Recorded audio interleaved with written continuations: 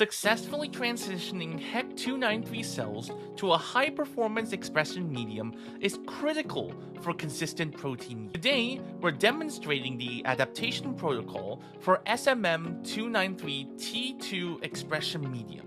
Begin by seeding your HEK293 cells into 20 milliliters of fresh SMM 293-TII medium. Your target seeding density should be between 0.4 and 0.6 times 10 to the 6 cells per milliliter. Place the flask into a thermostatic shaker set to 37 degrees C with 5% CO2.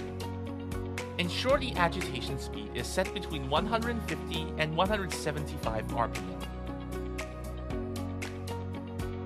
After 3 to 4 days, check your cell density and viability. If the viability is above 70%, you're on the right track. Continue subculturing these for 3 to 4 generations.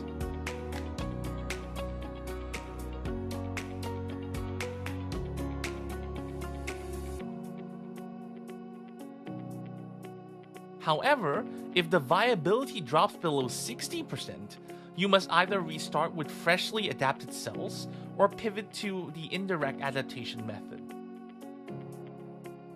Indirect adaptation is a weaning process for sensitive lines. Start by adjusting your cell density to 0.5 to 0.8 times 10 to the 6 cells per milliliter using your original medium. Then add 25% of SMM 293-TII medium to reach a final ratio of 75 to 25. As viability stays above 90%, gradually increase the proportion of SMM 293-TII, moving from 50-50 to 25-75, and finally to 100% UV.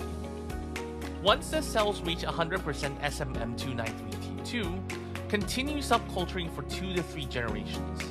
The adaptation is considered successful when you consistently reach a density of 2 to 3 times 10 to the 6 cells per milliliter with over 90% viability.